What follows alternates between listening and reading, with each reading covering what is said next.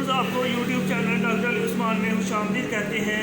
Medical के मतलब latest video हासिल करने के लिए हमारे YouTube channel doctor Ali Usman को सब्सक्राइब करें और बेल आइकॉन पे लाजमी क्लिक करें ताकि जैसे ही न्यू वीडियो अपलोड हो आपको उसका नोटिफिकेशन मिल जाए।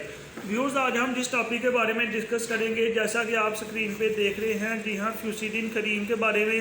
और सेकंड वाली जो करीम है वो है फ्यूसिडिन एच। तो सबसे पहले हम दोनों के दरमियान कंपैरिजन करते हैं कि दोनों में क्या फ़र्क है। ये जो आप टॉप पे देख रहे हैं फ्यूसिडिन करीम, इसके अंदर एंटीबायोटिक यूज़ होती है जिसको हम फ्यूसिडिक एसिड बोलते हैं। ठीक है, जी हाँ, आप स्क्रीन पे इसको नोट फरमाएं, इसको थोड़ा, जी हाँ, ये देखें फ्यूसिडिक एसिड।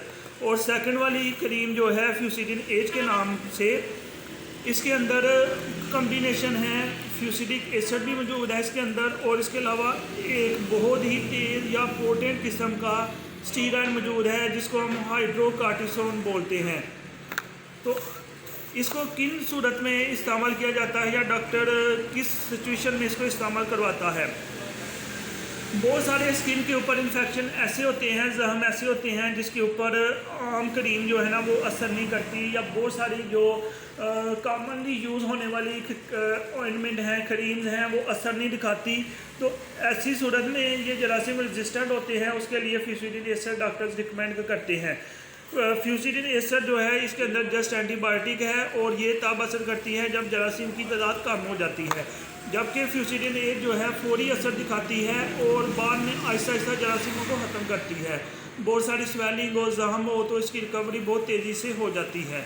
तो बेसिक फ़र्क इसके अंदर यही है। अगर आप इसको परचेज़ करना चाहते हैं तो ये जो फर्स्ट वाली है फ्यूसिडिन सिंपल जो है, इसकी प्राइस आप देखें 388, जबकि सेकंड वाली जो है जिसको फ्यूसिडिन एच कहते हैं, क्योंकि ये कम्बिनेशन की फॉर्म में है और इसके अंदर काफ़ी पोटेंट स्टीरॉयड मौजूद है, तो इसकी कीमत जो है ना वो तकरीबन 541 रुपीज़ है।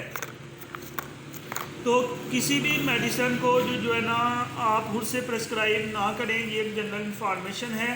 तो कोई भी मेडिसिन इस्तेमाल करने से पहले अपने फिजिशियन या फिर फार्मासिस्ट से ज़रूर मशवरा करें।